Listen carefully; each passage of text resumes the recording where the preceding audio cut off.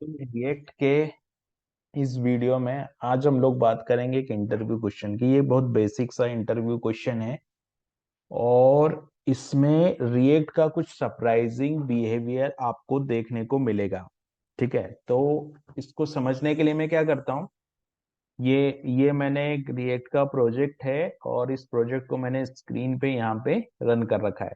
तो हम लोग यहाँ पर पहले एक बटन बनाते हैं, को मैं एक बटन में कन्वर्ट कर देता हूँ। तो सिंपल मैं यहाँ पर एक बटन बना रहा हूँ, मैंने यहाँ लिखा बटन, तो ये हो गया मेरा बटन।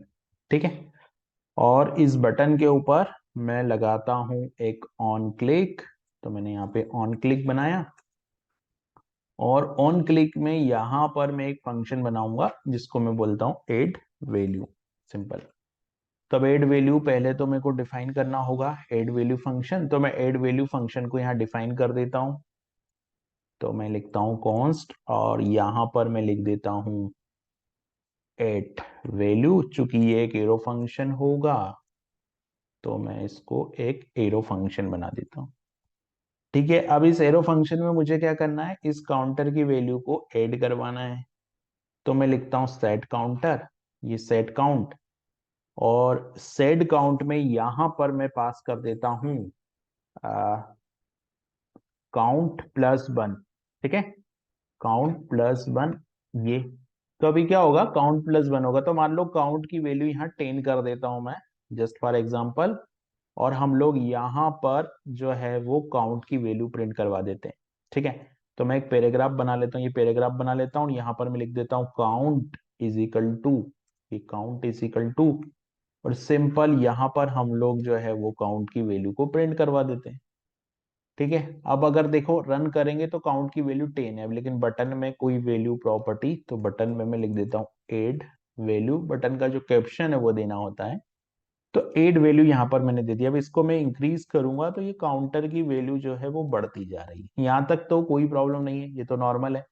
10 वैल्यू हमने रखी थी, 10 से प्लस वन किया तो 11 हो गया, 11 से 12 हो गया, 13 हो गया, 14 हो गया, 15 हो गया।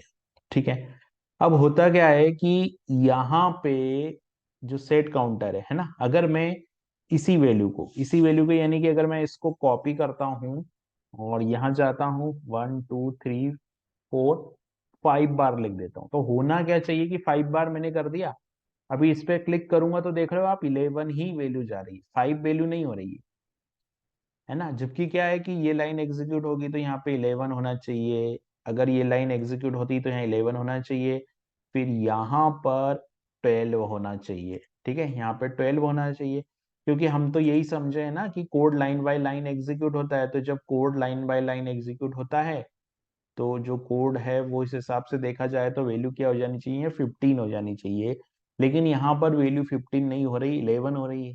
ये क्या हो रहा है, तो ये बेसिकली ये जो है वो यूज स्टेट का कंसेप्ट है। यूज स्टेट क्या करता है कि जब उसको एक जैसे स्टेटमेंट मिलते हैं, राइट, एक जैसा स्टेटमेंट उसको मिलता है तो उसको बंच में अपडेट करता है। मतलब स्टेट से यूआई में जो डेटा अपडेट होता है वो एक बेच में होता है, एक बंच में होता है। लेकिन इस तरह की सिचुएशन भी आ सकती है प्रोजेक्ट में।